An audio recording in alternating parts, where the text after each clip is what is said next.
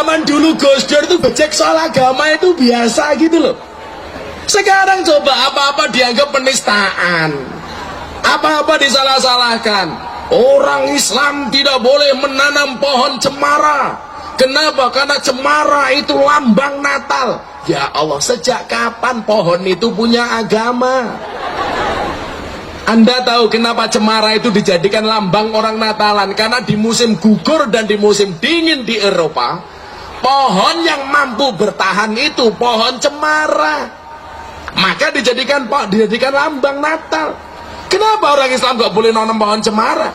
Dengan pohon palem kita nggak suka. Kenapa? Katanya Paskah. Wong dolanmu kurang adoh, kancamu kurang oke, turumu kurang bengi, kopimu kurang kental.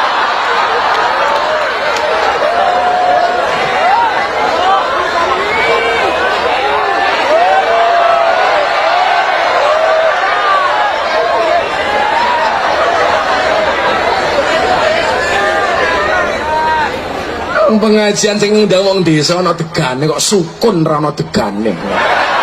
Pong.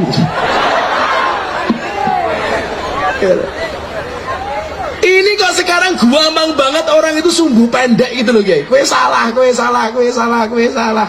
Termasuk saya itu diserang tentang apa? Islam Nusantara. Kan YouTube saya soal Islam Nusantara banyak berkebanyak di mana-mana. Diserang sama mereka.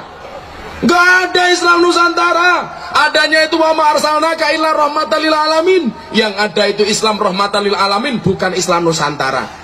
Kui jenenge jaga sembong bawa golok, gak nyambung, blok.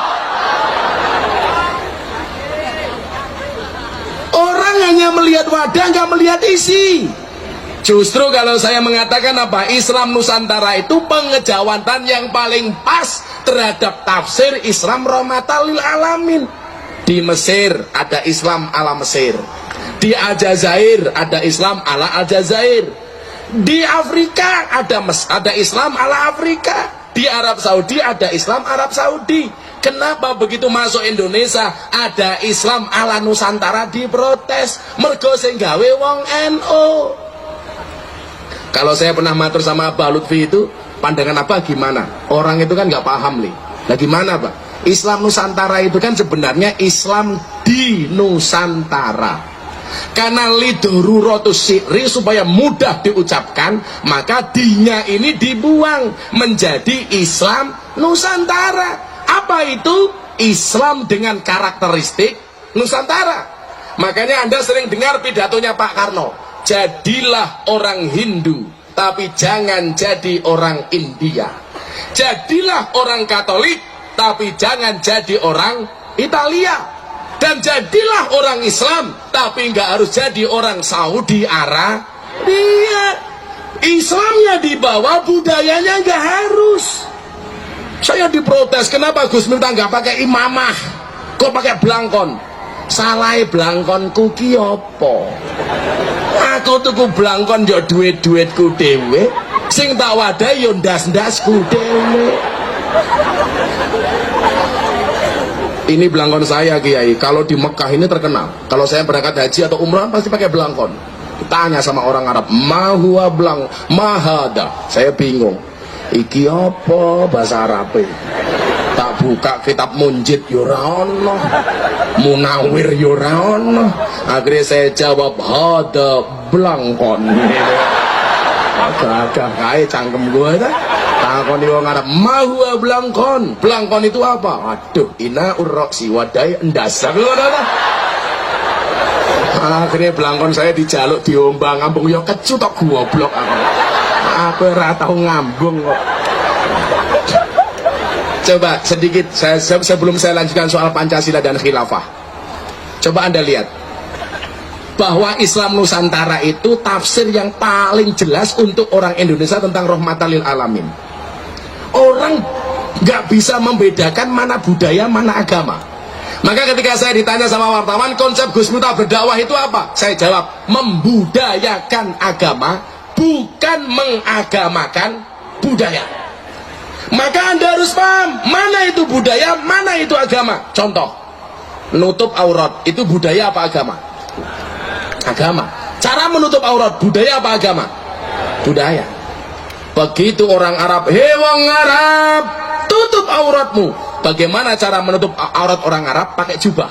Pertanyaan saya, apakah orang Indonesia harus pakai jubah seperti orang Arab? Jawabannya enggak. Boleh pakai tapi enggak harus. Apakah yang pakai jubah di Arab Saudi itu hanya orang Islam? Enggak. Abu Jahal dan Abu Lahab juga pakai. Yang membedakan apa antara orang kafir dengan orang Islam? Penampakan raut mukanya yang penuh dengan senyuman, sementara orang kafir Quraisy penuh dengan kebencian.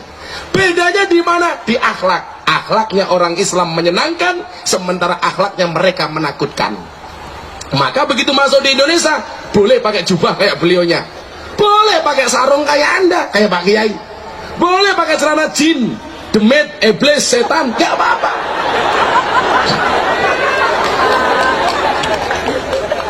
Ya, boleh pakai baju batik, boleh pakai kaos, wong duwene. Boleh pakai jaket, boleh pakai jas, boleh pakai baju koko. Apa rumangsamu baju koko ki baju Islam? Sapa sing kandha? Baju koko ki bajune wong Cina. Mila jenenge koko. Kalau baju Islam barangkali baju Habib itu. Baju koko. Boleh pakai apa kuwi jenenge jasket, boleh pakai kaos, boleh pakai celana yang saya pakai ini juga boleh. Bu, namanya ini apa, Bu? Rok matamu, rok ngawur. Ini kok rok. Kayak matanya katarak. Saya mau tanya, yang saya pakai ini namanya apa? Malah kulot. Ini namanya tokrung, katok, sarung. Dari depan kayak sarung, dari belakang kayak katok. Tak buka ya ora apa-apa. Lah, ora pantes gue ngene iki. Pamer matamu. Dikandani kok pamer. Boleh, gak apa-apa. Coba. Makanya saya itu cinta banget sama Habib Lutfi apa? Karena sangat Indonesia. Kecintaannya terhadap Indonesia itu bahkan ngalah-ngalahin wong Indonesia itu Abah Lutfi itu. Begitu pahamnya beliau terhadap konsep Pancasila, terhadap Islam Nusantara. Makanya beliaunya sangat nasionalis.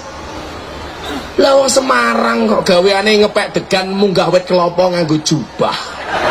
Ya bluluke nambah loro.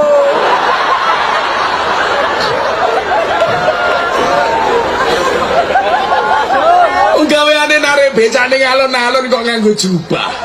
Narik rem iso salah. Becake rime ning ndi le? Ning isor sadel. Lah nganggo jubah ditarik ra mandek-mandek. Sing ditarik beda, Bro. Jelungup kowe. Lucu meneh gaweane ngeduk pasir ning kali Merapi kok nganggo jubah. Ya little body. Apa wis ini gatel kelebon wedi.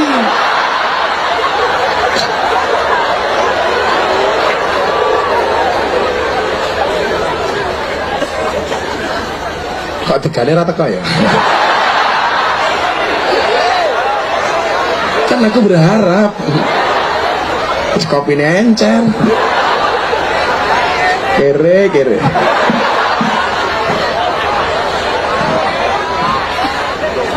Sallu ala Nabi Muhammad.